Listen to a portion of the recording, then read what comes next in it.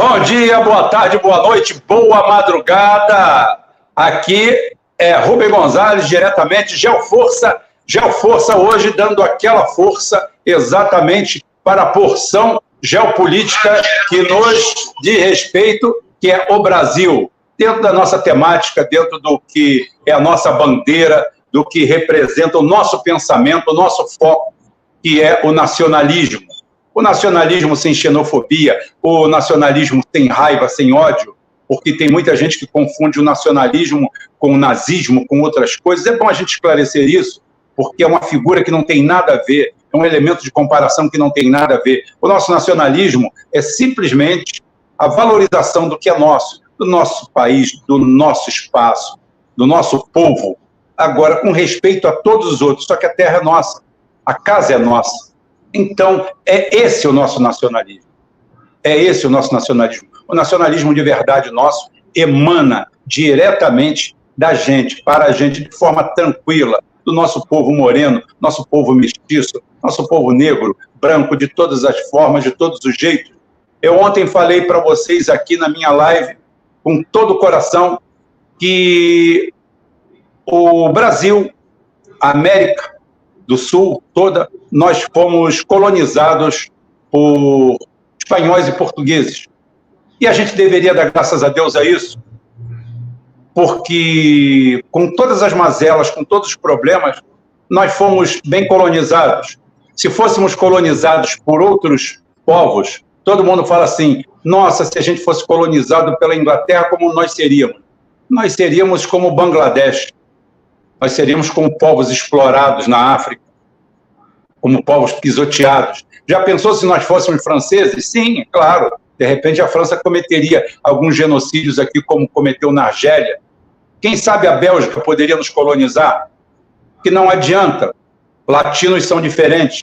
Latinos, negros, índios, misturados, fizeram esse nosso povo aqui.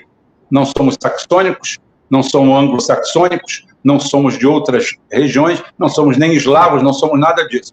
Somos uma mistura efetivamente heterogênea entre negros, índios e íberos, lusos, íberos, tudo a mesma raça. Nós somos latinos, inclusive até a outra vertente nossa, que não é da península, são os italianos. Grande massa aqui que existe no Brasil são os italianos. Temos também colônias alemães, todas essas, mas a integração grande, a colonização de verdade, quem tirou esse país do pântano, porque aqui realmente era um poço de doenças tropicais, quem tirou isso aí foram os portugueses. Quem transformou o Brasil desse tamanho foram os portugueses, foram os bandeirantes, aqueles que são achincalhados pela história. O cara era bárbaro, o cara não era nada, o cara era fruto de uma época, a época dele não tem nada a ver com a sua. Por favor, não faça esse julgamento atemporal de forma idiota.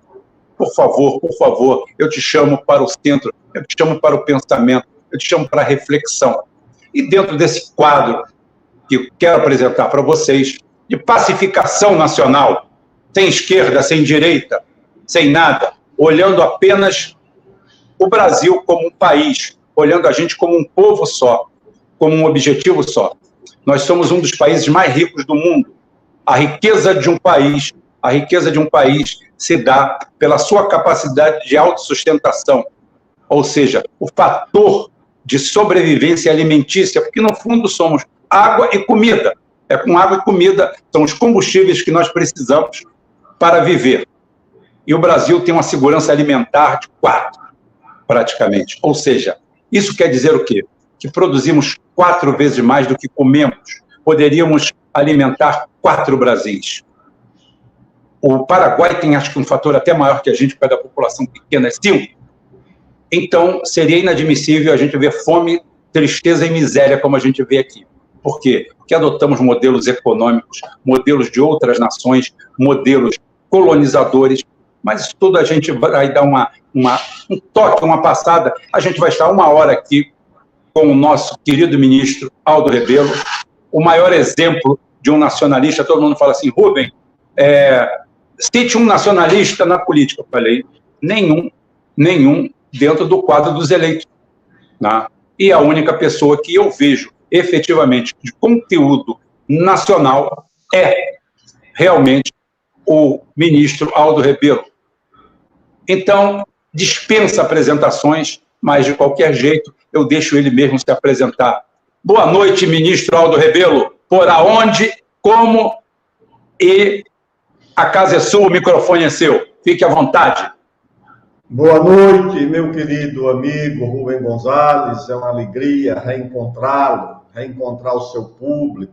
Eu estou aqui no coração da Amazônia brasileira, estou aqui em Altamira, esse município símbolo da grandeza da Amazônia e da grandeza do Brasil. Você imaginar, Rubem Gonzalez, que há no Brasil um município cuja área territorial é maior do que a maioria dos países europeus, é maior do que a Holanda, do que a Bélgica, do que a Dinamarca, do que a Suíça. Altamira é maior do que as áreas reunidas dos estados de Santa Catarina, do Rio de Janeiro, do seu estado do Rio de Janeiro, e de Alagoas.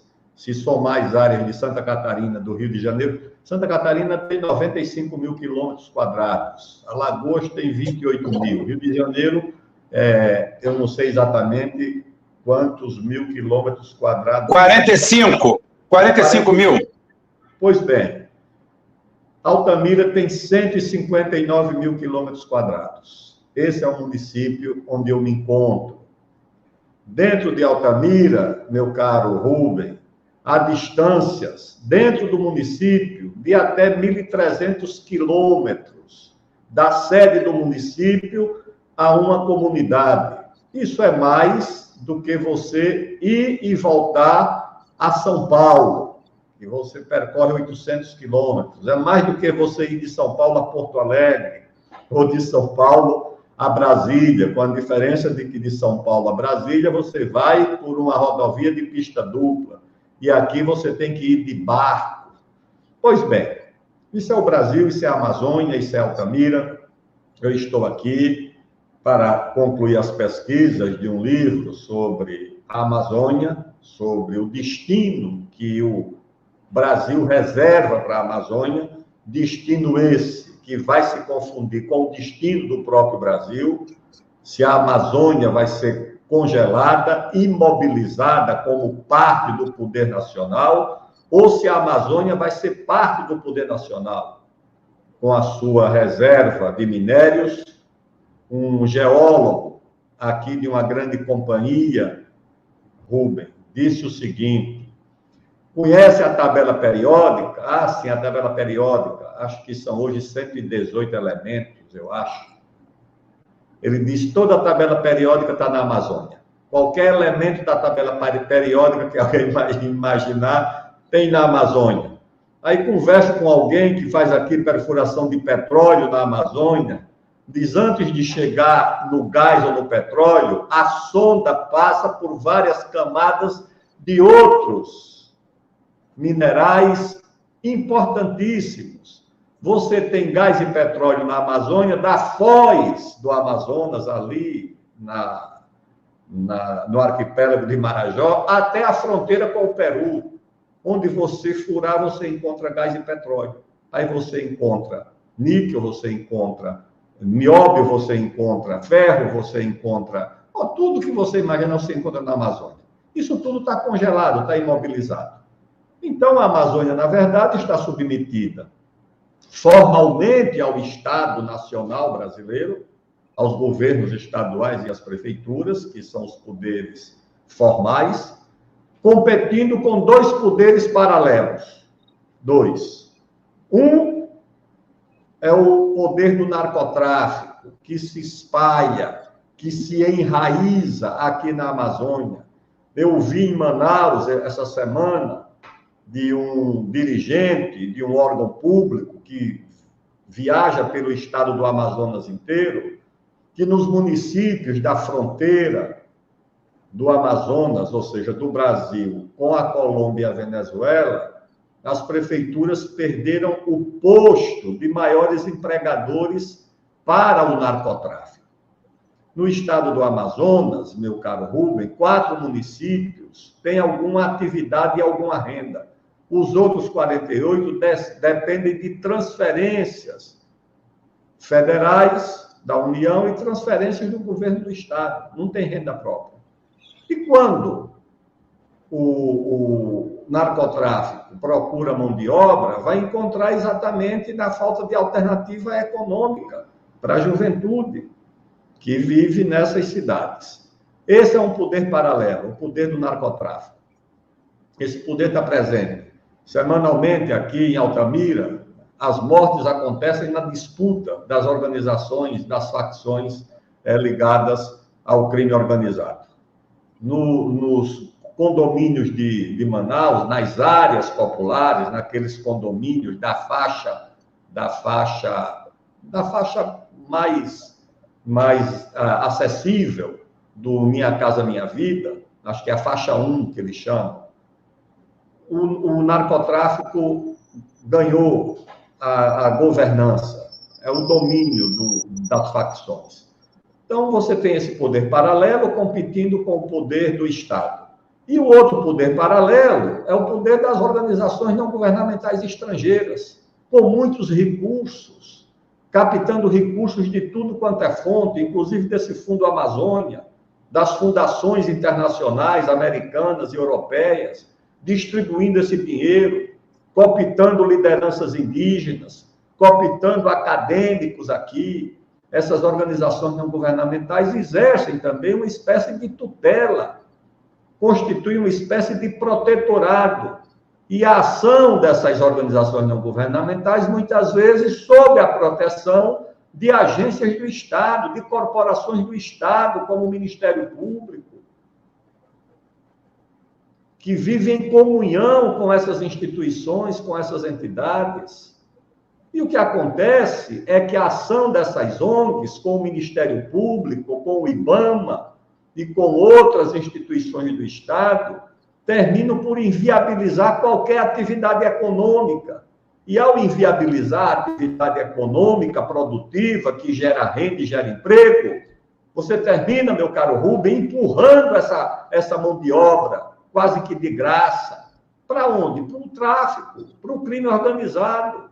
Claro, você tem aqui, na Amazônia, 600 mil meninas e meninos frequentando um curso superior.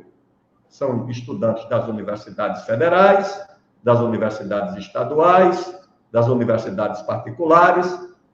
São 600 mil. Um faz engenharia, o outro faz veterinário, o outro faz zootecnia, o outro faz pedagogia, o outro faz letras, o outro faz medicina, o outro faz o direito e assim por diante. Para terminar o curso e fazer o quê? Qual é a atividade econômica que vai oferecer uma oportunidade para essas pessoas? Hoje eu recebi uma notícia de amigos lá de Humaitá, de Pauini, de Lábrea, do Apuí, no sul do Amazonas, dizendo que o IBAMA deu um prazo de 1 semana para retirarem 80 mil cabeças de gado de áreas não regularizadas, não tituladas. São 200 mil cabeças naquela região. No município de Parintins, eu fiz, a semana passada, a aula inaugural dos cursos de pós-graduação da Universidade Federal do Amazonas, e um professor de Parintins deu o seguinte depoimento: professor ou aluno? Disse, não, aqui em Parintins, em pouco mais de 5 anos, o rebanho bovino diminuiu de 150 mil para 50 mil cabeças. Porque quem é que quer se expor a criar uma vaca, plantar milho, plantar soja para ser autuado como criminoso? Do que é um meio de vida, vira um meio de morte, porque você vai ser autuado, multado. O presidente do IBAMA deu uma entrevista aqui para uma ONG, que eu li, dizendo que a atuação do IBAMA aqui vai ser na base do comando e controle. O que é comando e controle? É autuação, é multa, é bloqueio, é embargar as propriedades. Lá no sul do Amazonas, já acho que 150 propriedades já foram embargadas. Aqui, nos anos de 2010, o ministro do Meio Ambiente criou aqui o chamado boi pirata. Recolhia dos produtores, dos criadores, o boizinho que estava em áreas. Tudo aqui é irregular, Eles não querem fazer a regularização ambiental e a regularização da propriedade, porque isso consolida a presença humana, consolida a atividade econômica. Então, eles não fazem a regularização e, a pretexto de não haver regularização, eles embargam as propriedades. É uma atividade criminosa, um crime cometido pelo governo brasileiro, pelo Estado brasileiro, contra nossos irmãos que vivem aqui na Amazônia, lutando para sobreviver, empurrando essas pessoas para a ilegalidade. Pais de famílias, mães de família, que lá em Parintins, segundo esse depoimento que eu vi a semana passada, abandona a propriedade e vai viver na periferia da cidade, expondo os filhos, as filhas.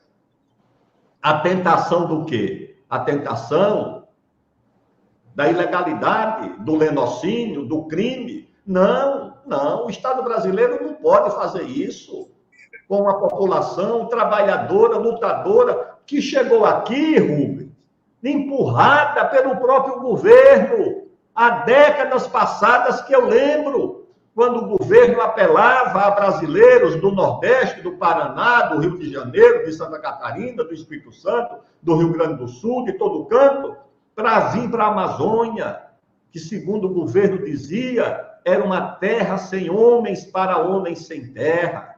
Era a época em que o governo dizia que era integrar para não entregar, em que o projeto Rondon atraía os jovens para vir para a Amazônia. Muitos vieram, fizeram seu estágio no Rondon e aqui ficaram ou para aqui voltaram depois para trabalhar, para constituir família. E o mesmo Estado que estimulou essas pessoas a se transferir para a Amazônia, hoje vai tratá-los como criminosos, como bandidos. O que é que eles querem? Fomentar uma guerra civil? Já teve uma aqui, violentíssima, na década de 30, de 1800, a cabanagem, quando um fazendeiro, coronel da reserva, senhor de engenho, Félix Malcher, liderou uma rebelião de comerciantes, de indígenas, de caboclos, de ribeirinhos, violentíssima a cabanagem, tomaram o poder em Belém para protestar contra o abandono e a indiferença do poder central, que nomeava os governantes, que chegavam em Belém e desconheciam a realidade da região. O Vale do Amazonas, a planície, ficou em chamas durante anos por causa do abandono. E hoje o que é que faz o governo? O Ministério do Meio Ambiente já reuniu 4 vezes com o chefe da Embaixada do Clima, com o setor econômico da Embaixada Americana, com a delegada da União Europeia, em troca de quê? Da Amazônia. Ou seja, entregando os brasileiros que vivem aqui. Só existe uma agenda na Amazônia, que é a agenda do clima. Todo o dinheiro é para o clima, o Fundo Amazônia é para o clima, a Embaixada da Noruega é para o clima, as esmolas que o governo americano oferece para o clima. Agora eu pergunto, meu amigo, o que é que nós vamos fazer com os 30 milhões de brasileiros que vivem aqui? Que destino nós vamos dar a 30 milhões de compatriotas que vivem aqui? Que destino nós vamos dar às riquezas da Amazônia? A tabela periódica que o subsolo da Amazônia guarda. Que destino nós vamos dar à maior reserva de biodiversidade do mundo?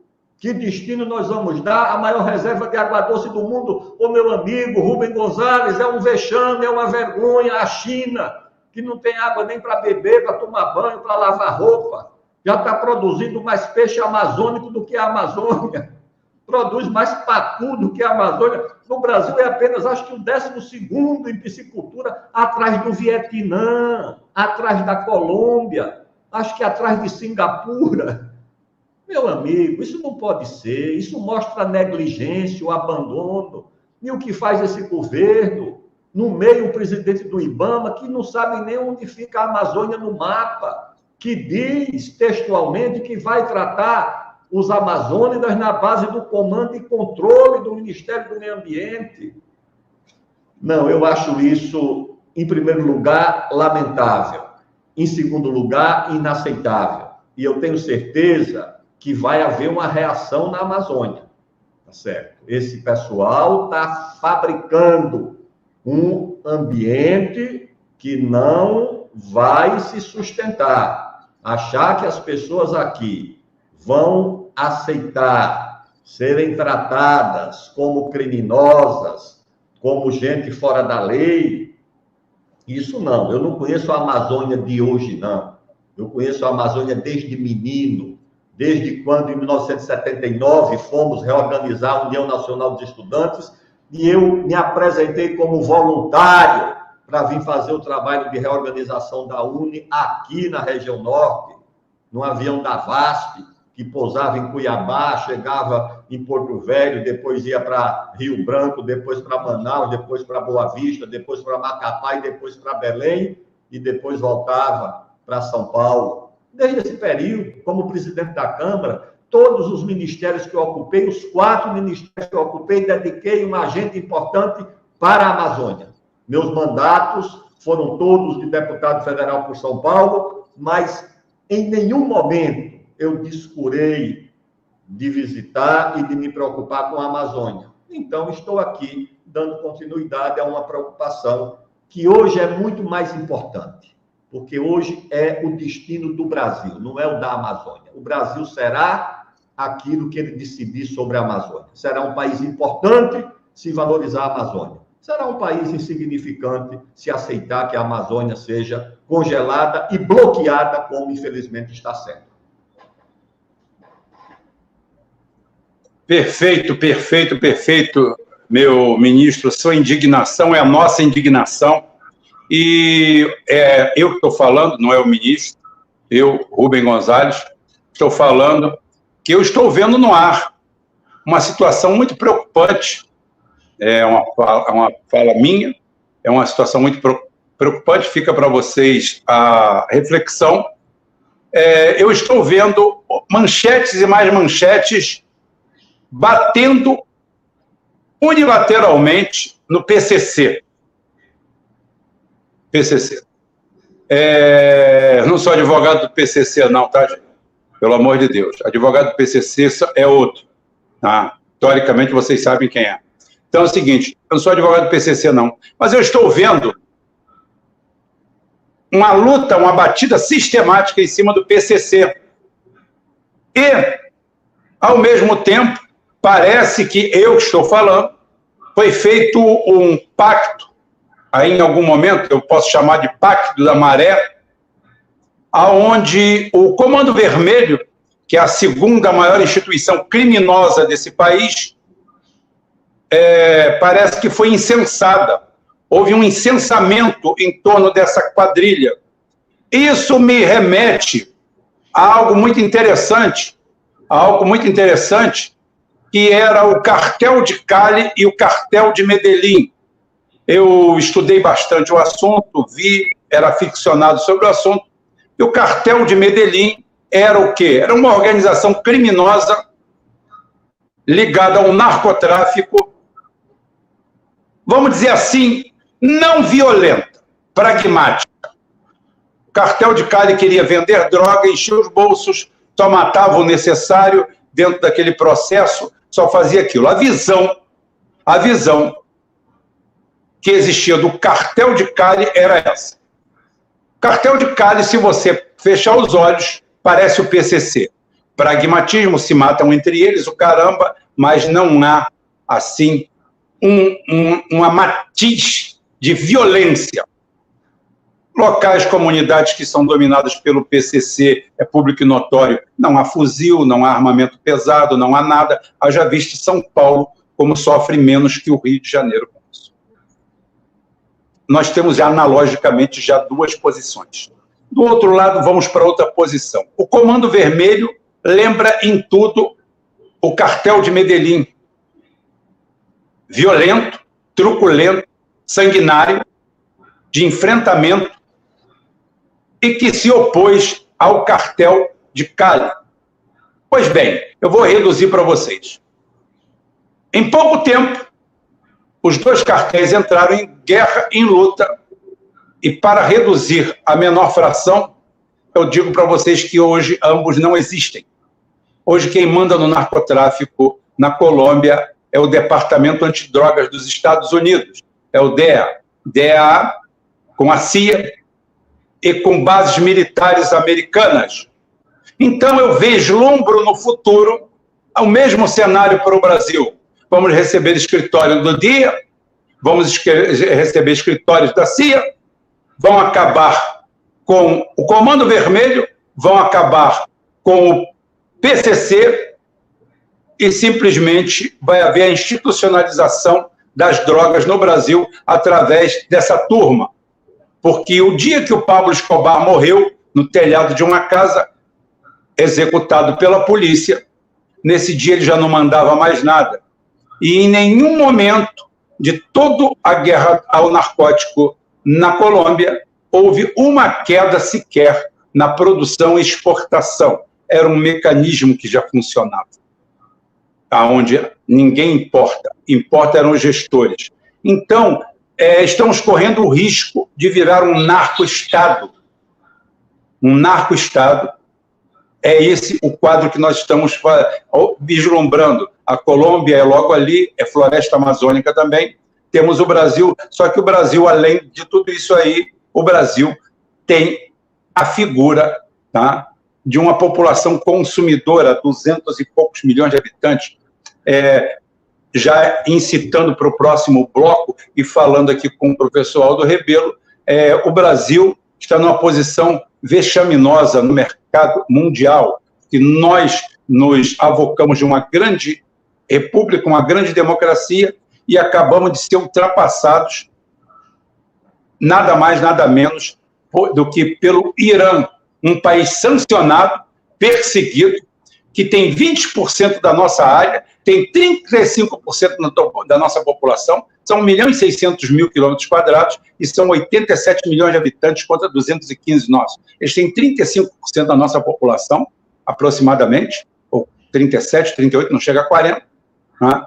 Eles têm 20% do nosso território, tendo que 70% é inóspito.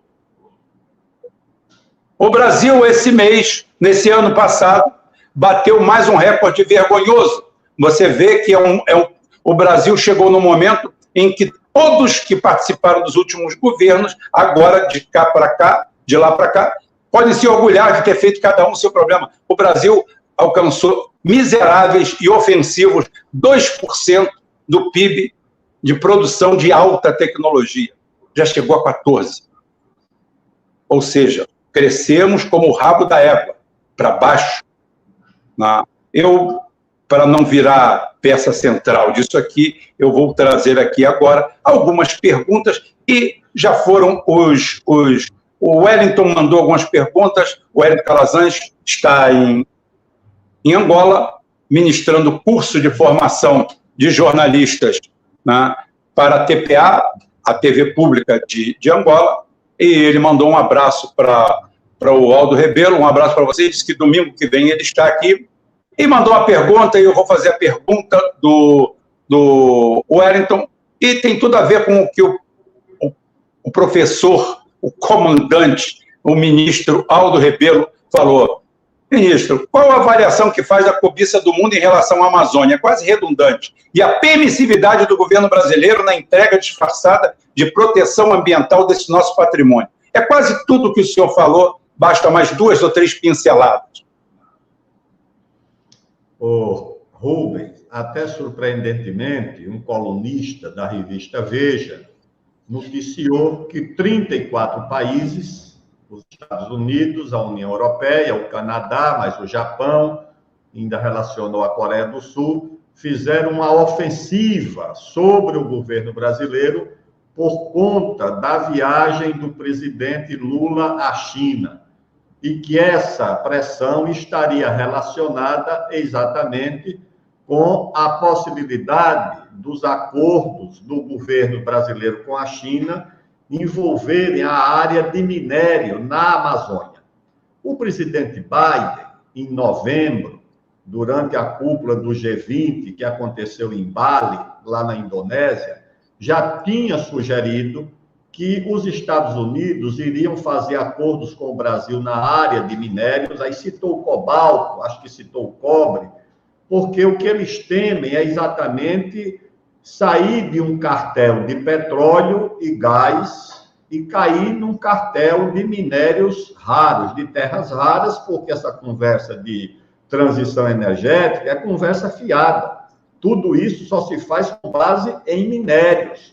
Se você não tiver minério, você não tem bateria elétrica, você não tem placa para coleta de energia solar, você não tem as placas para coleta de energia eólica, você não tem nada disso. Tudo isso depende de minério. Onde é que está o minério do mundo, Rubem? Ô Wellington? O minério do mundo ou já está explorado e esgotado, ou está em duas fronteiras minerais, a Amazônia e a África, com as restrições de segurança jurídica, de problemas de relações tribais que há na África, guerras civis. Então, resta o Brasil. E no Brasil, a Amazônia.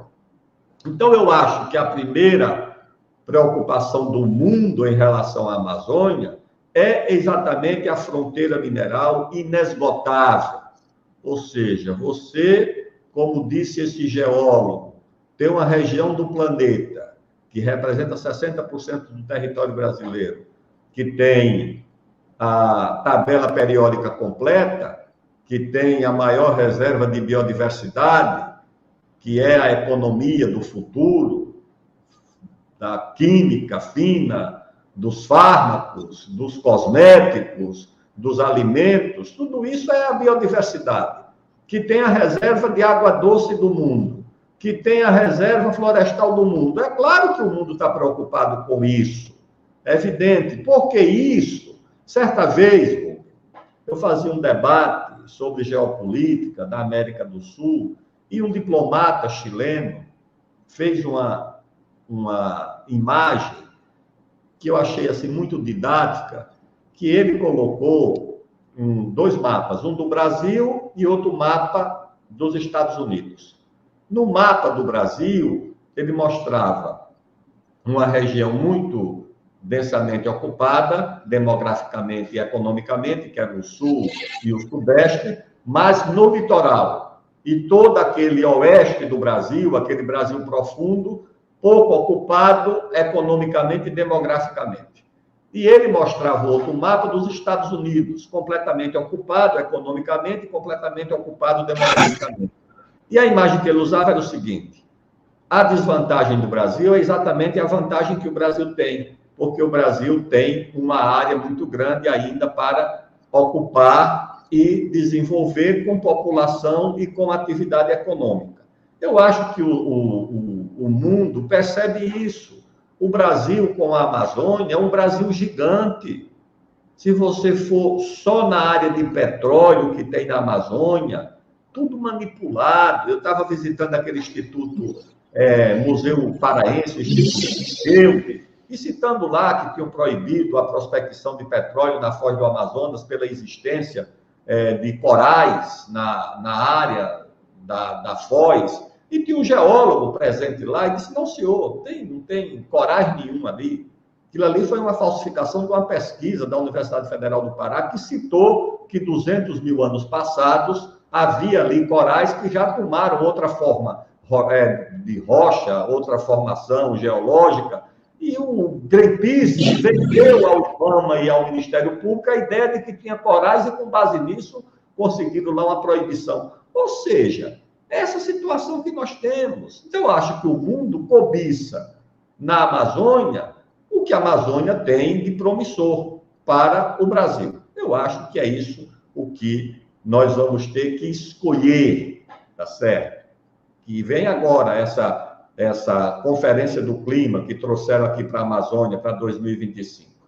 Eles querem discutir somente clima. O Brasil, estou dizendo aqui, para escrever meu livro, eu escrevi em São Paulo. Eu vim aqui para conversar com as pessoas, conversar com os estudantes, com os sindicalistas, com os produtores, com os comerciários, com os comerciantes, com os industriais, para dizer: ou vocês tomam conta dessa agenda e impõem que a agenda vai discutir clima, vai discutir meio ambiente, mas vai discutir também soberania e vai discutir também direito ao desenvolvimento.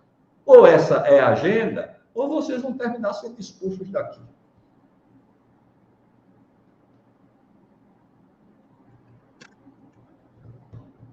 Acho que mais do que respondido tudo isso, e agora eu também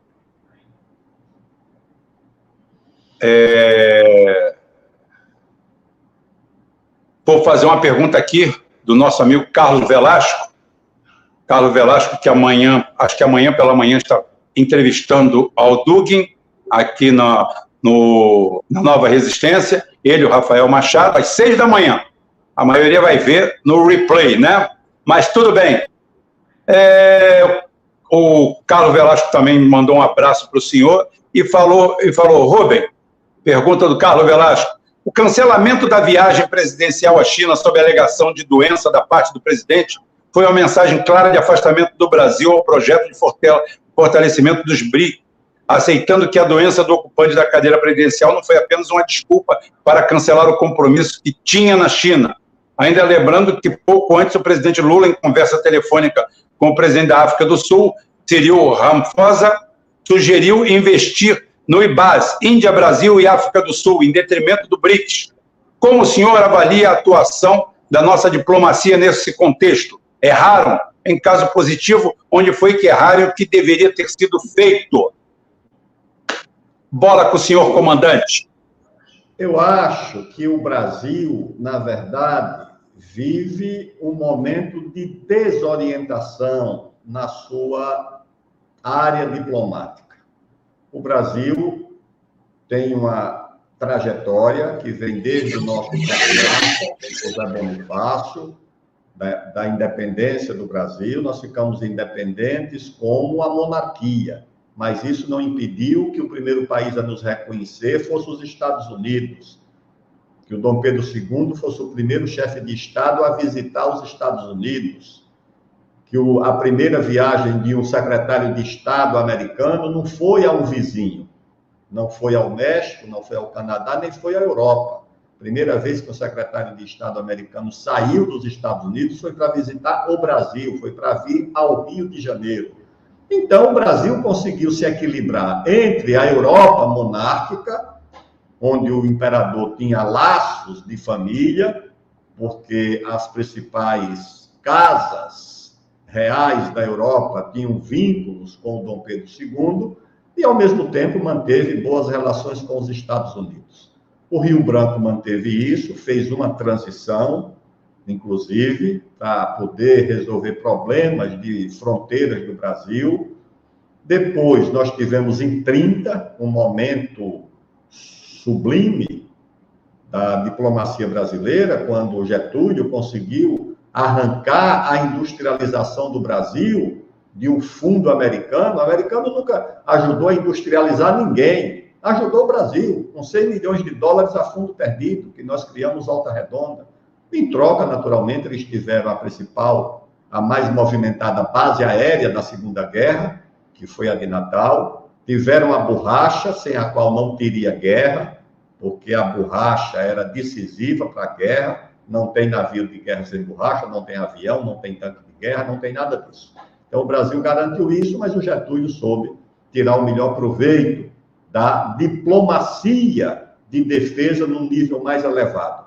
O Juscelino, mesmo Jânio Quadros, teve ali também lampejos de diplomacia independente com o Afonso Arinos de Melo Franco. Depois, o João Goulart manteve essa orientação. Os governos militares, principalmente a partir do Médici, com o Geisel e o próprio Figueiredo, também o discurso do Figueiredo na ONU é um discurso antológico sobre a relação com o mundo bipolar. Então, eu acho que isso veio sendo mantido, mas agora, diante da pressão dos Estados Unidos e da Europa, eu acho que a polarização no Brasil inclinou os europeus e os americanos a escolher um lado. Escolheram o lado do atual presidente, ajudaram na eleição. A pressão que os americanos fizeram aqui e os europeus foi muito grande para alcançar o atual o resultado que elegeu o atual governo. Eu acho que, diante disso, o governo brasileiro foi assaltado por dúvidas sobre o caminho a seguir. O Brasil é muito grande para caber no colo de uma superpotência. O Brasil não tem necessidade disso. Eles precisam mais do Brasil, não só por razões de segurança alimentar, no caso da China, no caso dos Estados Unidos, eu conheço de perto. O Brasil é um fator de estabilidade na América do Sul. Tire o Brasil daqui, isso aqui pode virar uma banda voô. Eu lembro das conversas, quando era presidente da Câmara, conversava com as autoridades americanas, era a situação da Venezuela, a situação da Bolívia, e eles diziam para mim, olha, ajudem, tomem conta, administrem essa situação. Nós já temos problemas grandes no Oriente Médio, lá no Afeganistão, sei lá para onde. E o Brasil ajudava a administrar essa situação de acordo com seus interesses também. Tá certo? Pacificava, mas pacificava de acordo com os interesses do Brasil. Eu acho que o Brasil foi tomado de dúvidas. Não creio que o cancelamento da viagem tenha sido principalmente por essa razão, porque a viagem já estava preparada, os acordos já tinham sido anunciados. Eu não creio que a essa altura, dos 20 acordos que tinham sido preparados, o governo vá recusar, vá desmontar. Uma parte da delegação já estava lá, inclusive. Então, eu acho que o problema é muito mais uma diplomacia desorientada, desnorteada. Por quê? Porque botaram na cabeça essa coisa do lugar no Conselho de Segurança da ONU, ou a candidatura do presidente Lula a um prêmio Nobel da Paz. Isso só nos desorienta. O que é que nós vamos fazer no Conselho de Segurança da ONU sem o poder nuclear? Vamos ser o quê? Uma presença decorativa? Uma presença ornamental no Conselho de Segurança da ONU? É muito melhor o Brasil cuidar da sua economia. Se o Brasil for uma potência econômica, industrial, científica, tecnológica, se o Brasil continuar dominando o ciclo do urânio, enriquecer o urânio para fazer o seu submarino nuclear, se o Brasil completar o seu programa espacial, construir o seu veículo lançador de satélite, colocar em órbita com um lançador próprio, um satélite próprio, de uma base própria, o Brasil vai ter muito mais importância do que ser uma figura decorativa, ornamental no Conselho de Segurança. Essa é a questão. Primeiro, então isso aí já está dado. Ninguém pode nos impedir de completar o nosso programa espacial. Ninguém pode nos impedir, porque nós já temos o domínio do ciclo completo do urânio. Nós temos urânio, nós enriquecemos urânio, nós usamos urânio. Nós já fabricamos o satélite e nós podemos agora completar e dominar definitivamente a tecnologia do foguete, e fazer o nosso foguete, e lançar o nosso foguete. E, além disso, o presidente deve esquecer essa questão de Prêmio Nobel da Paz. Isso ninguém anda atrás. Isso acontece porque fica aí, nós queremos dar um cravo e outro na ferradura. Uma hora você quer ser o aliado dos Estados Unidos contra a Rússia, outra hora, como aconteceu agora, votaram com a Rússia, com a Índia, com a China, acho que no caso lá da investigação daquele atentado contra o gasoduto. Então, eu acho que, no fundo, é mais uma diplomacia desorientada, porque acho que sente-se devedora politicamente dos gestos do Partido Democrata e dos europeus ocidentais, no caso da eleição brasileira, por um lado, e, por outro lado, naturalmente, temem, sei lá o que, uma retaliação, uma má vontade em relação à possibilidade de um prêmio Nobel da Paz, e os americanos não vão dar para o Brasil. Eu acho que não. Vão ter um candidato deles. Eu acho que o Brasil deve permanecer o seguinte: entre a China e os Estados Unidos, qual é o lado do Brasil? O lado do Brasil é o lado do Brasil, certo? Uma diplomacia de equilíbrio, uma diplomacia que se oriente pela nossa tradição, pela nossa história. Nós não podemos escolher um lado. E quando nós escolhemos o lado do Brasil, eu acho que, definitivamente, o nosso campo com os BRICS é muito mais promissor, porque dali não parte nenhuma hostilidade contra o Brasil, dali não parte nenhuma ameaça contra o Brasil, não tem uma ONG dos BRICS atuando aqui na Amazônia, meu caro Velasco, meu caro Rubem. Eu não vejo nenhuma ONG chinesa, nenhuma ONG da Índia, nenhuma ONG da África do Sul, nenhuma ONG, quem mais? Da Rússia. Eu não vejo, nem de Cuba, nem da Venezuela, eu não vejo isso. Eu vejo ONG europeia e americana e fundações americanas e europeias financiando essa atividade de sabotagem do desenvolvimento da Amazônia.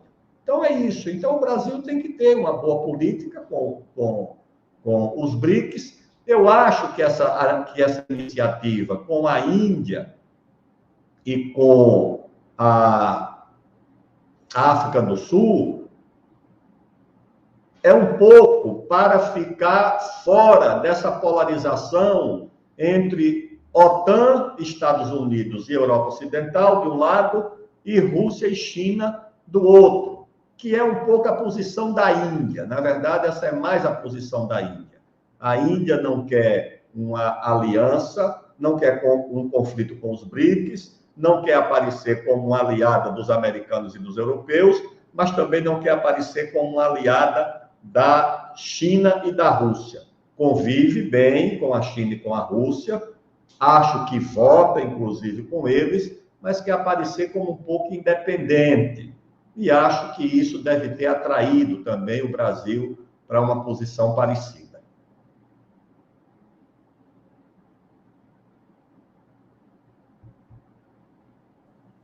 Bem, agradecer ao Beto Macedo, Galério Máximo, João Palma, professor Paulo Basso, sempre com a gente, Rafael Terra, Rubem Cocazero, pessoas que colaboram com o nosso canal e mantêm o nosso espaço aqui.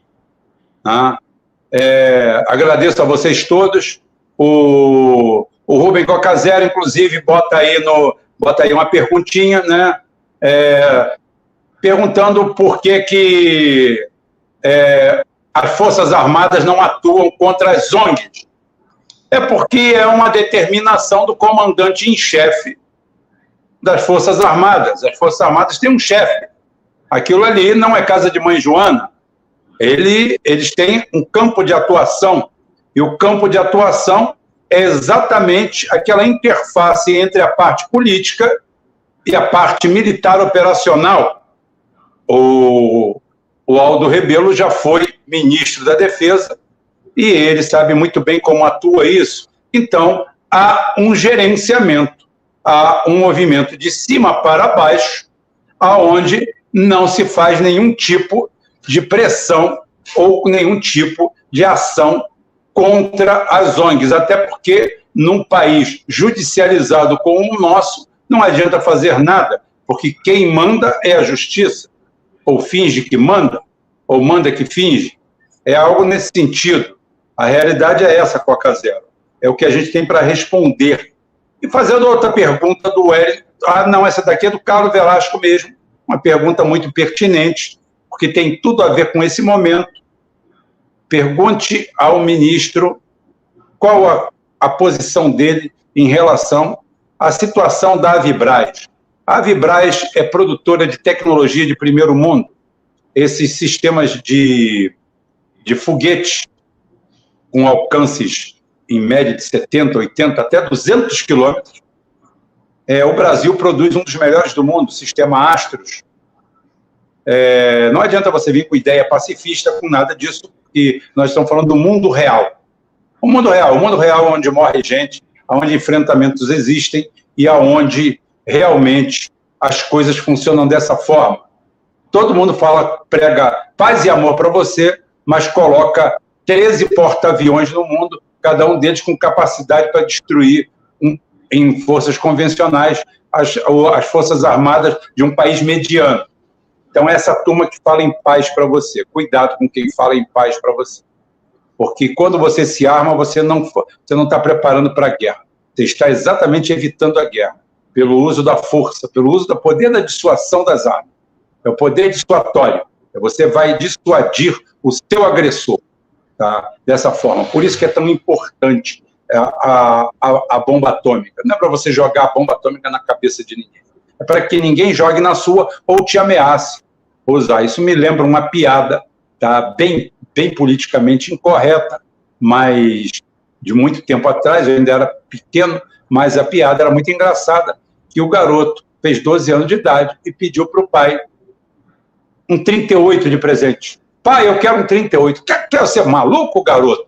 Você quer um 38 de presente? Que coisa é essa? Eu vou te dar uma bola de futebol. Eu quero um 38.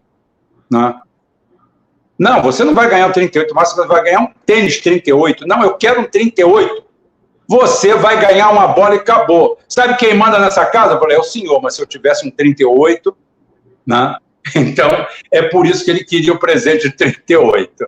Então, é o seguinte, essa piada politicamente incorreta nos dias de hoje mostra exatamente isso.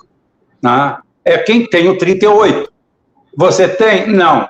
Então, você vai ficar na diplomacia até que a situação aperte. Em situações normais de pressão e temperatura, tudo fica controlado. Só que quando a situação fica extrema, aonde o poder da caneta acaba, aonde o poder da dissuasão da palavra termina, aonde os acordos cessam, você vai para o Walking Dead, é ali que você se segura. Então é isso. A Rússia só é o que é, a China só é o que é, pelo poder de dissuasão que eles têm. Porque senão não seriam nada disso. Seriam atacados, destruídos. Já aconteceu o século da vergonha da China. De 1839 a 1949, a China passou um século de vergonha. 110 anos, perdeu mais de 30 milhões de cidadãos mortos em várias guerras e conflitos. A Inglaterra, a Armada, a Royal Navy, conseguiu simplesmente destituir um governo legítimo da China, porque este combateu o narcotráfico, a guerra do ópio. Inclusive, existe a primeira e a segunda guerra do ópio, é aonde eles se perpetuam por aquele lugar lá. Por quê? Porque a China não tinha armas, não tinha poder de dissuasão. Foi até que quando, no final da Segunda Guerra, pau no burro, todo mundo para fora, mas isso aí fica para outra hora. Professor, Avibraz, empresa nacional de tecnologia pronta para ser vendida para a Alemanha, para os árabes, para qualquer um, para acabar. O que o senhor tem para falar desse assunto? Falar o óbvio, me perdoe, Rubem. E o óbvio é que isso é uma tragédia para o Brasil. O Brasil é um país cuja capacidade militar é absolutamente incompatível com as suas responsabilidades e com o seu tamanho. A responsabilidade militar de um país não é dada pela escolha, é, em primeiro lugar, dada pelo destino. E o destino é a sua geografia. A responsabilidade militar do Brasil é dada por uma fronteira de 17 mil quilômetros de extensão, que só com a Bolívia é maior do que toda a fronteira dos Estados Unidos com o México. A responsabilidade militar do Brasil é dada por um espaço aéreo terrestre de 8 milhões e meio de quilômetros quadrados e mais 4 milhões de quilômetros quadrados de águas sob jurisdição brasileira, que tem que ser patrulhadas.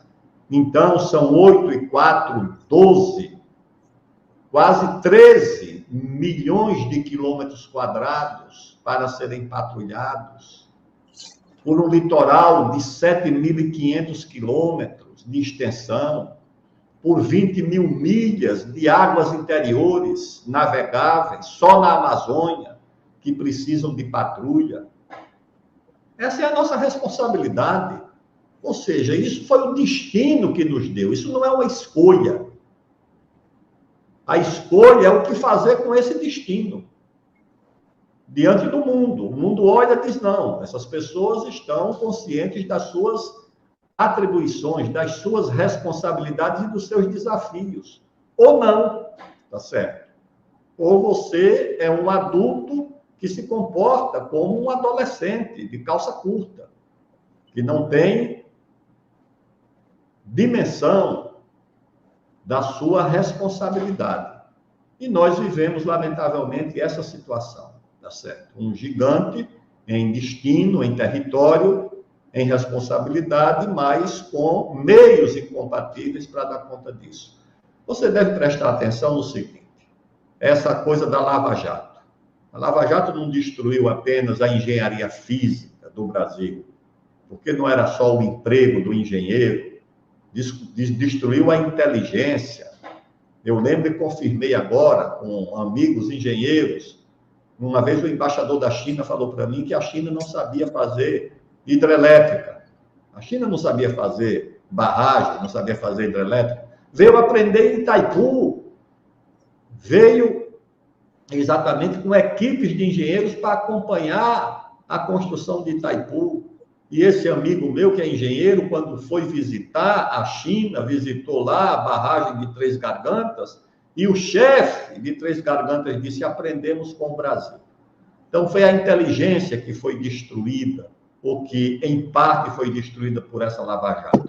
Agora, preciso levar em conta que a Odebrecht, além de uma empresa de construção pesada, além de uma empresa multinacional que levou a engenharia do Brasil para os Estados Unidos, para o Peru, para Angola, numa operação geopolítica difícil e demorada. Você acha que foi fácil levar uma Andrade Gutierrez para o estrangeiro, levar aquela empresa de Minas que foi para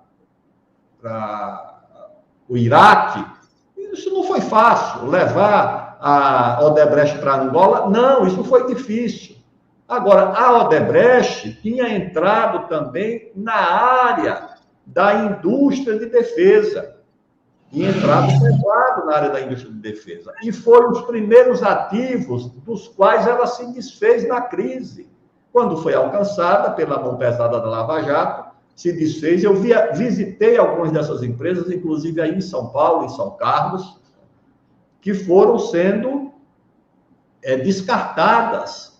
O Brasil já tinha perdido lá no passado a Engesa, quando teve que cancelar um contrato. A Odebrecht Defense foi vendida para a Elbit, de Israel.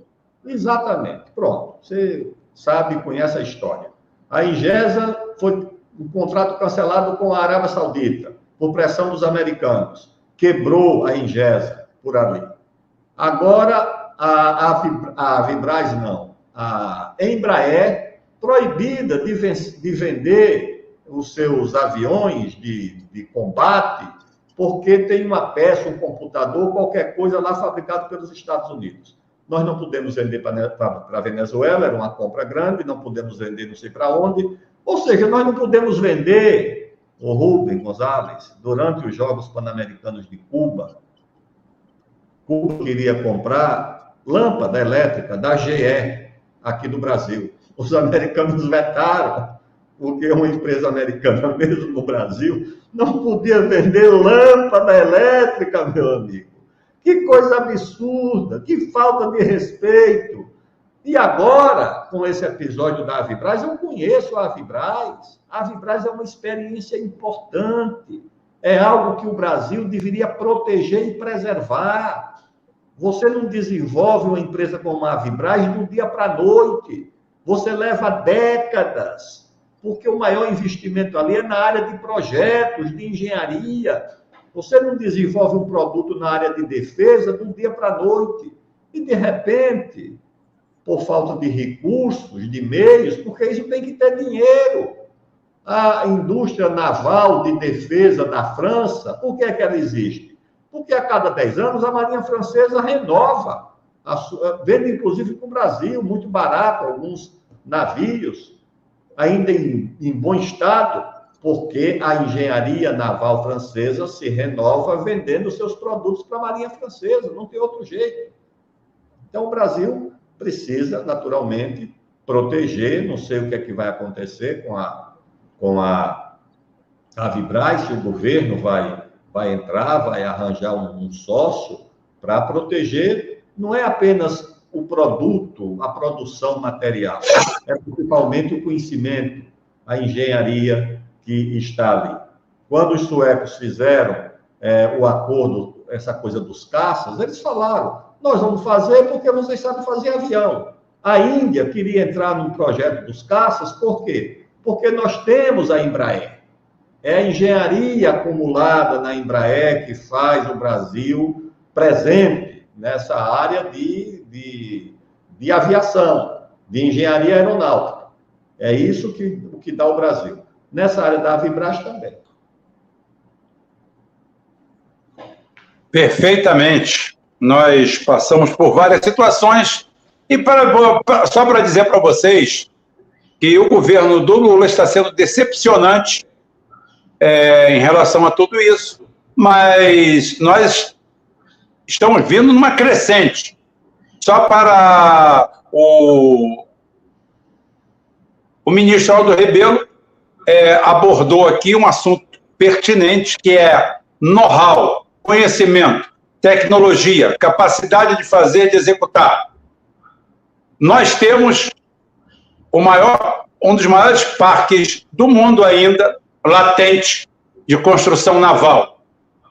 Esse último criminoso governo do Bolsonaro fez nada mais do que 100 bilhões de reais de compras de navios da Petrobras em Singapura e no Sudeste Asiático. 350 mil empregos foram gerados nesses países. E o Brasil necessitando de empregos. Existe um dado, ministro, que eu cobrei muito ao Ciro Gomes, e na época eu cobrava alguma coisa dele antes de jogar a toalha em relação a ele. Por que você não vai na Ponta da Areia, em Niterói, que é um centro de excelência? É na Ponta da Areia que começa a construção naval brasileira, com o grande Barão de Mauá. E para vocês verem, o Barão de Mauá era um liberal. Barão de Mauá era um liberal. Não existia tanto aquele conceito de esquerda e direita, mas ele era um liberal. Mas era um liberal com o coração no peito, tanto é que ele comprava uma empresa, comprava qualquer coisa, e todo mundo sabia do valor que tinha um escravo. Um escravo valia dinheiro. Isso aí não é negação, isso é história. Valia dinheiro. Se aquela empresa tinha 100 escravos, eles valiam 100x.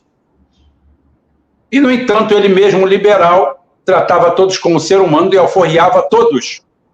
Ou seja, ele pagou por eles. Ele não os vendeu. Não quero escravo aqui, vou vender todos. Não, ele alforriava todos eles.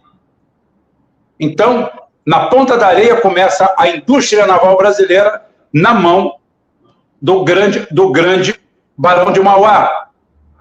Ali em Niterói, combatido pela elite brasileira, sempre, em detrimento de outras coisas. Ali, se você for hoje lá, você vai descobrir uma coisa, inclusive serve para visita, quando o senhor estiver por Niterói, pelo Rio, visite a Ponta da Areia, junte aquele pessoal que está lá, porque ali está um dos maiores índices de suicídio do Brasil.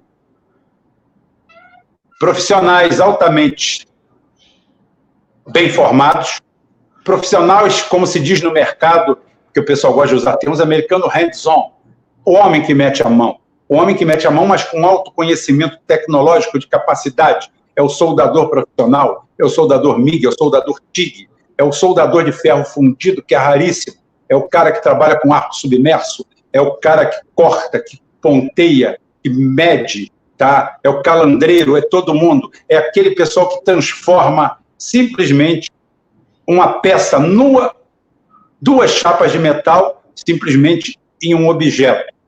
Essa turma, nós temos essa tecnologia. Nós deixamos de dar emprego, e não pense você, um metalúrgico, há 10 anos atrás, aqui no Rio de Janeiro, ganhava em média quase 10 salários mínimos.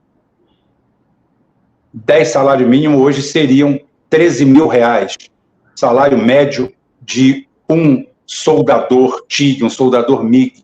Esses homens todos estão vendendo bala no sinal, têm idade muito avançada para entrar para o crime, não vão entrar para o crime, índole também.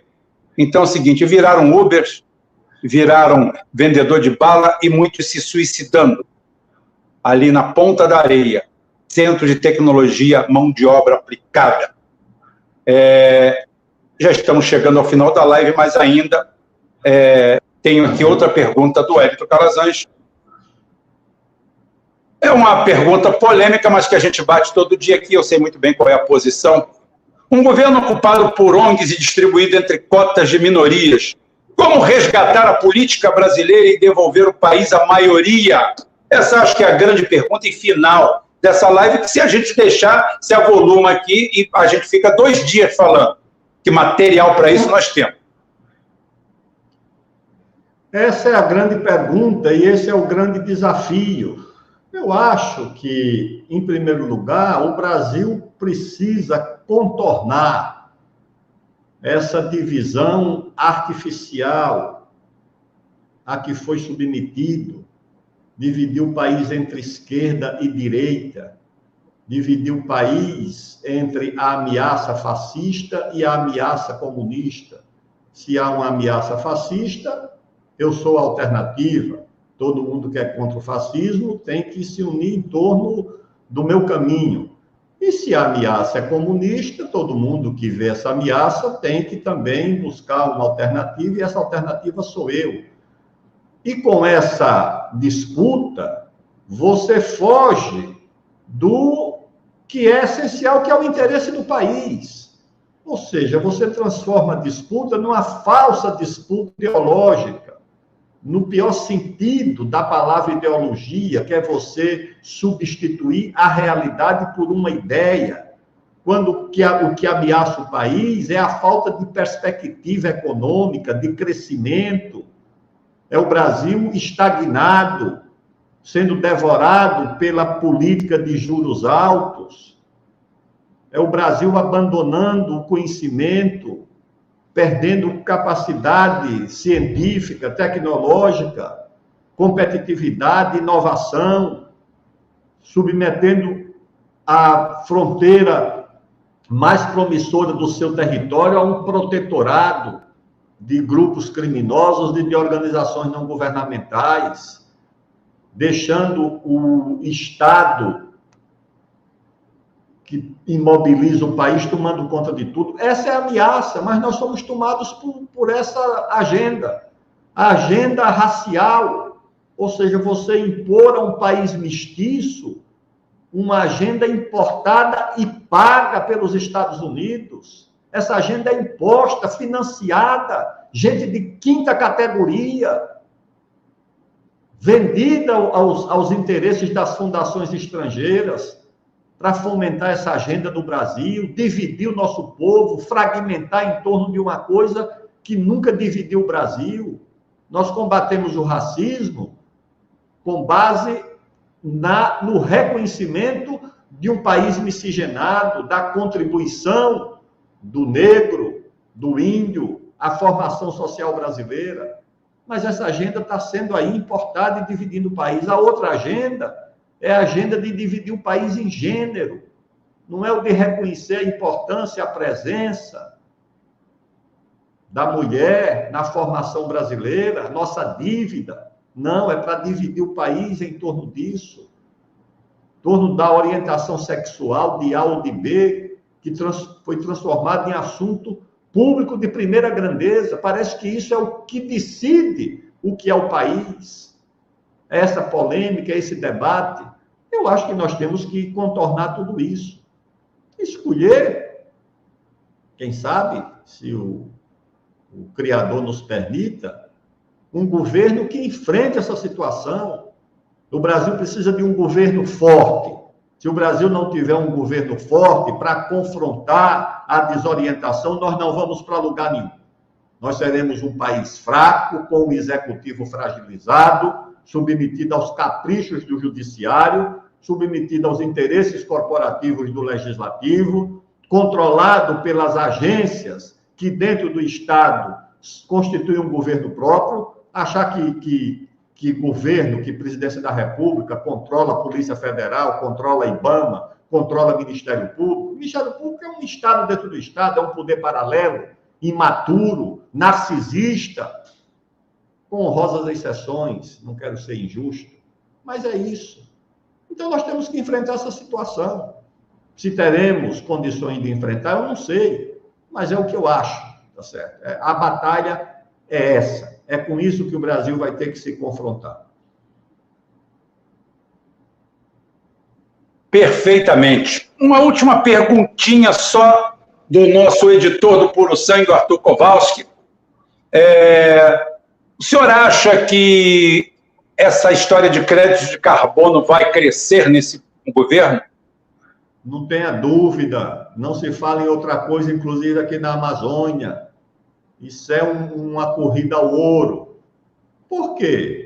Porque como há o que é o problema do crédito de carbono? É o seguinte, estabeleceram nesses congressos, nessas conferências da ONU, o tal da meta do milênio. A meta do milênio é zerar a emissão de carbono, que na verdade não é zerar a emissão de carbono. Zerar a emissão de carbono é quando chegar um momento em que o volume de carbono emitido para a atmosfera vai ser igual ao volume de carbono captado, sequestrado. Essa a equação. Tudo bem. O carbono vai continuar sendo emitido. Então, vai ter um grupo de países que vai continuar emitindo carbono. E vai ter um outro grupo que vai ser encarregado de sequestrar carbono. O Brasil foi encarregado de sequestrar carbono. Sequestrar carbono aonde? Principalmente nas áreas da Amazônia, do Brasil Central, do Cerrado. E eles vão pagar, Rubens, vão pagar quando esse mercado aquecer, para você trocar a sua atividade econômica por um aluguel de carbono. Você vai alugar a sua área, tá certo? Para uma agência que vai calcular. Essas empresas já estão sendo constituídas, inclusive aqui na Amazônia. Então, o seu Rubem Gonzalez tem uma fazenda que cria 100 vacas ali em Altamira. Ele vai dizer, olha, essa sua fazenda reflorestada, ela vai sequestrar tanto de carbono e isso vale tanto no mercado. 70% é seu e 30% é da minha agência que vai intermediar esse contrato. Essas empresas já existem. O Albore tem uma que é muito próspera. Então, é o seguinte, isso já está a caminho. As reuniões, os congressos já estão sendo realizados, essas firmas já estão. Isso vai ter muito golpe, muita picaretagem, mas é o esquema que vem pesado para o Brasil, porque é o elo frágil dessa cadeia, porque nós temos as áreas verdes, nós temos segurança jurídica, aqui há um Estado funcional, os contratos vão ser respeitados, diferente da África, que você faz um contrato desse para sequestrar carbono, com um cara lá que tem uma fazenda, 3 meses depois você não sabe mais onde o cara está, você não tem mais segurança nenhuma. Então, eu acho que isso vem aqui pesado. E o Estado brasileiro vai ter que fazer uma escolha. Ou nós vamos ser, como disse o embaixador Araújo Castro, tá certo? Lá na Conferência do Clima em 1972, que ele falou para os americanos e para os europeus que queriam discutir o clima, ele disse, não, vai ter que discutir clima e desenvolvimento, porque o que vocês querem é o congelamento do poder mundial. Vocês querem dividir o mundo entre consumidores de recursos naturais e fornecedores de recursos naturais, e querem que o mundo pare por aí. Nós não vamos aceitar isso. O nome do embaixador dos Estados Unidos da ONU era um homem chamado Patrick Moynihan. Ele quase trocou tapa com o diplomata brasileiro, chegaram a se levantar por causa desse debate, mas o Brasil impôs a derrota. Eles tiveram que discutir desenvolvimento. Depois o Brasil foi aceitando, e hoje é só o clima que prevalece. E na questão do clima, o sequestro de carbono vai virar uma indústria e o Brasil tem que saber o que é que vai fazer com isso. Perfeitamente. Já vou botar uma última perguntinha aqui, porque o Rubem Coca Zero, que ele fica brincando comigo, ele botou esse nome, esse codinome, né? Porque eu falei que meu defeito é tomar Coca Zero. Tá? Todo mundo tem que ter um defeito, um vício. Então eu tomo Coca Zero. Rubem pergunta para o senhor deputado se ele conhece a CPI da CIMI, feita pela Assembleia de Mato Grosso do Sul. Qual o interesse da Igreja Católica e sua financiadora inglesa em invadir terras usando os índios no Mato Grosso do Sul? Eu não sei se o professor sabe disso, mas se não souber, ele vai se inteirar e numa data futura, ele vai explicar isso aí para a gente, não tem problema, e vai abordar também, se for pertinente, nas suas andanças. Eu não conheço essa CPI. Exatamente, porque é uma coisa estadual. Então, como é estadual, a gente precisa pesquisar. A gente conhece muito o que acontece no âmbito nacional. Eu sei que houve uma CPI das ONGs no Congresso e que terminou com uma decisão do Supremo de proibir que a CPI tivesse acesso à conta das ONGs. No Brasil, todo mundo pode ter a sua conta bancária, o seu sigilo quebrado. Invadido. Presidente da República, empresário, político, prefeito, governador, jornalista, mas o Supremo decidiu que a CPI não podia ter acesso à conta das ONGs, e a pergunta que eu fiz é o seguinte: o que é que as ONGs tinham a esconder quando entraram no Supremo para proibir o acesso aos seus financiadores?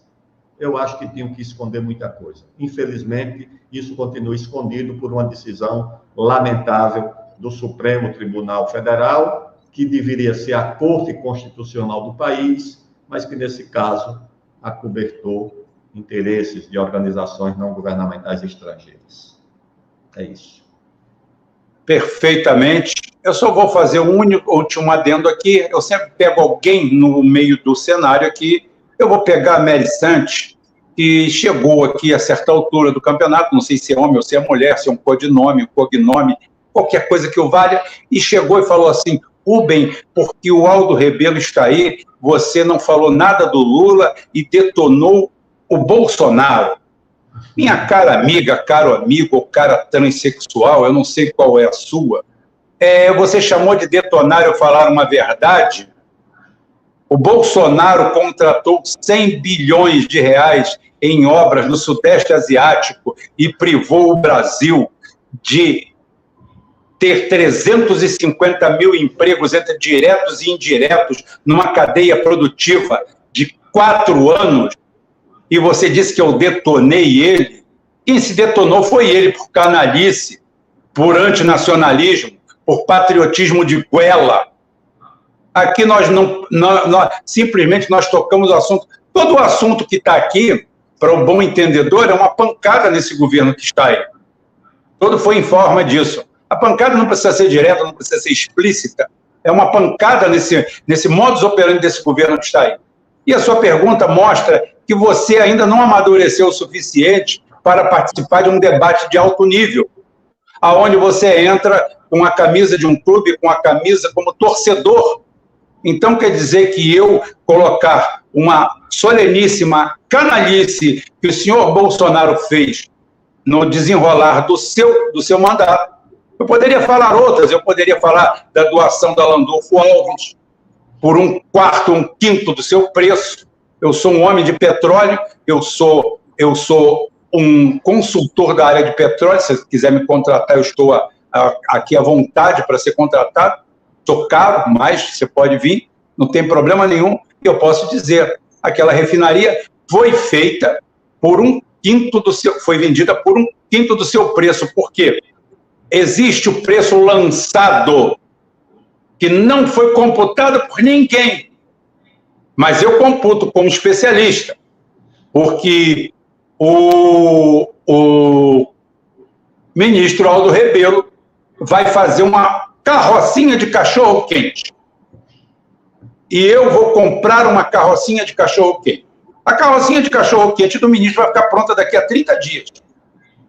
E ele desembolsou 10 mil reais para fazer a carrocinha de cachorro-quente dele. Eu comprei por 3 mil reais uma funcionando. Você sabe o que quer dizer isso? Que daqui a 30 dias eu já faturei, já lucrei, já vendi, porque eu comprei algo funcionando. Ou seja, nós estamos falando na carrocinha, agora vamos para uma refinaria que leva 3 anos de obra. Em 3 anos de obra, esse grupo de bucaneiros árabes vieram aqui, levaram a refinaria, segundo por disfarçatez do ministro das Minas e Energia e do canalha do presidente da Petrobras na época, isso daí teria uma ação para controle de preços. Não existe controle de preços em setores oligopolizados, nem de commodity. Commodity, ela é regida pelo mercado, é aquele produto que você vende inercialmente, porque o consumo dele é muito alto e você não tem controle sobre isso. Quem controla ele, mais ou menos, é o mercado. É a lei da oferta e da procura. E setores oligopolizados, onde 4 empresas praticamente fazem o preço mundial, não existe concorrência no petróleo. Mas eles conseguiram fazer.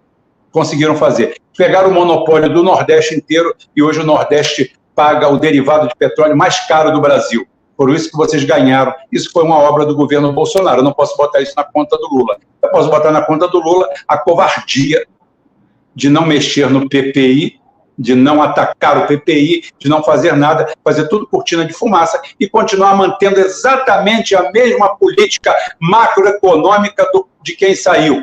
Ou seja, Paulo Guedes vive, Paulo Guedes governa e está acontecendo a mesma coisa. 13,75, controle da inflação, blá, blá, blá, conversa fiada, mesmo mecanismo, tudo igual, funciona nada. O resto é só a briga de bolsas no meio do corredor entre 2 políticos de baixo estilo. Lamentavelmente é isso. E eu vou dar aqui a palavra para o ministro Aldo Rebelo fazer as despedidas e o canal está aberto aqui para quando quiser voltar. É o nosso canal, fundo, a gente faz geopolítica, mas calcada sempre em cima de nacionalismo. É isso aí.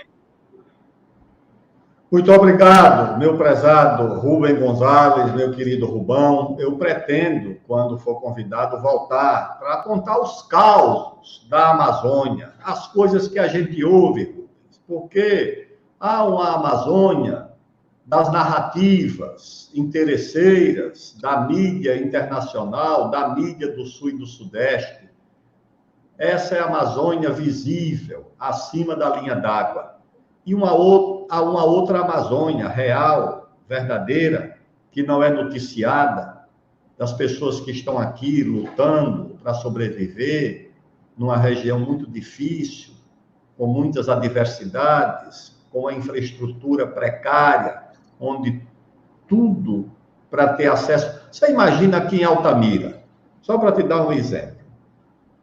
É um município onde as distâncias são gigantescas. Alguém adoece aqui numa comunidade a 900 quilômetros de Altamira. Como é que ela chega aqui a um hospital? Se ela tiver uma apendicite, por exemplo, aguda, não chega. Tá certo? Essa é a situação da Amazônia. Eu dizia um dia desse, o IBAMA está queimando helicóptero, queimando avião, por que não doa para deixar num município desse socorrer alguém que esteja doente numa comunidade, quando a pessoa adoece, fica condenada à morte?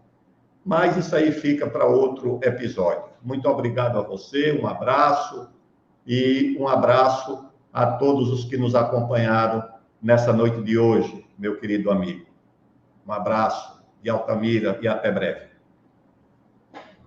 Obrigado e agradeço mais uma vez ao Rubem Cocazero pela colaboração e ele falando que convida o deputado Aldo Rebelo e o Rubão a ler o relatório final da CPMI e da CIMI, que tem 200 páginas. Os deputados estaduais do Mato Grosso do Sul acharam um depósito de 7 milhões de reais de uma ONG inglesa e o CIMI não teve explicação para o destino. Ótimo, eu vou pesquisar e o ministro também, com certeza. Muito obrigado, Rubem. Muito obrigado pela presença de todos e o espaço está aberto. Esse aqui é um espaço nacionalista mesmo. Amanhã estamos de volta. Mais uma vez, obrigado e até amanhã.